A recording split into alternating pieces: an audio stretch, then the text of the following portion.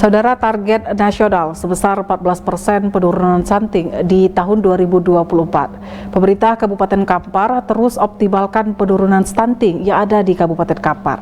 Selain tahun 2024, Kabupaten Kampar juga mencanangkan zero stunting pada tahun 2025 mendatang.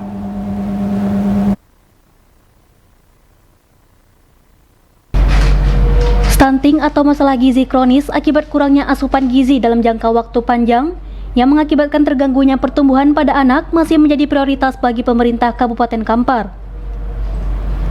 Stunting juga masih menjadi salah satu penyebab tinggi badan anak terhambat sehingga lebih rendah dibandingkan anak-anak seusianya.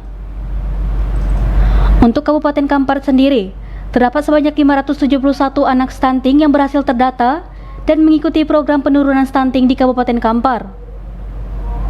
Diketahui dari 571 anak stunting yang terdaftar di Kabupaten Kampar, Kecamatan Tambang menjadi penderita stunting terbanyak, yaitu sebanyak 69 anak.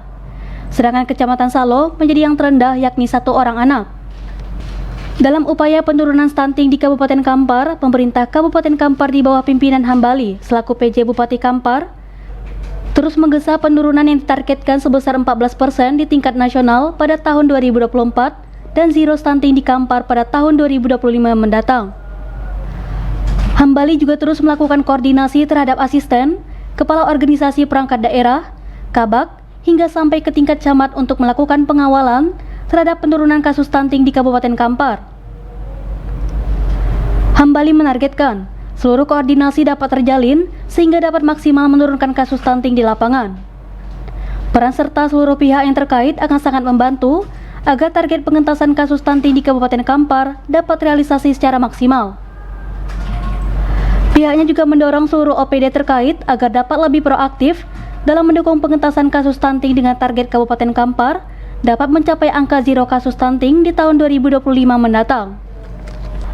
Terutama dengan memaksimalkan peran Bapak Asuh dan Bunda Asuh stunting, sehingga dapat lebih memprioritaskan pengentasan kasus stunting dengan cara terlibat langsung sebagai Bapak Asuh dan Bunda Asuh anak stunting yang ada di Kabupaten Kampar.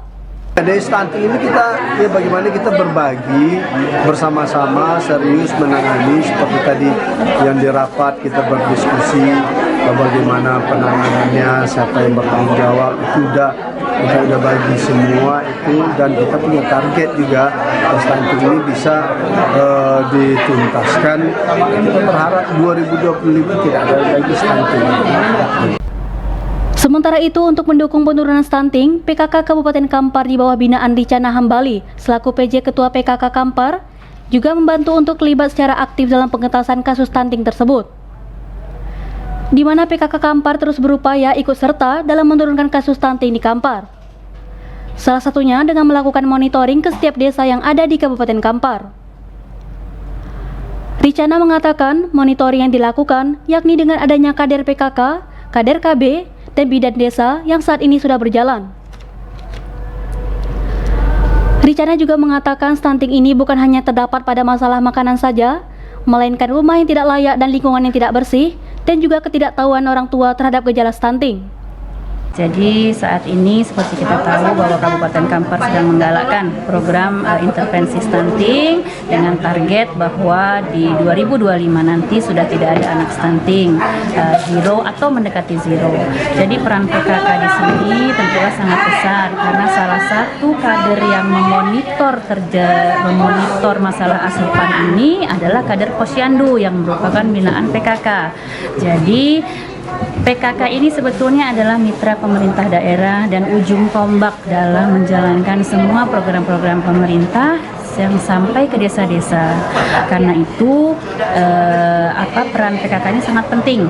Jadi otomatis kami juga akan membantu dari segi intervensi menjadi Bunda Asuh, tetapi yang paling penting adalah dari monitoring. Karena kader-kader itu nanti yang ada di setiap desa, dia harus memastikan bahwa makanan itu sudah dimakan sesuai dengan anjuran dari dokter anak.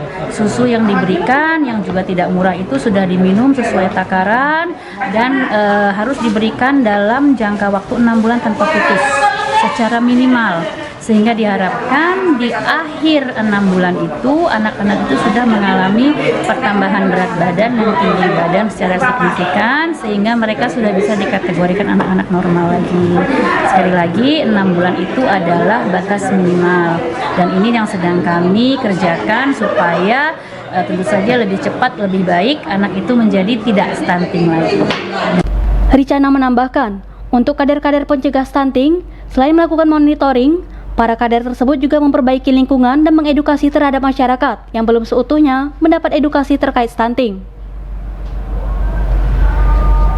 Dari Kabupaten Kampar, Yogi Sastararja dan Eka Putra melaporkan.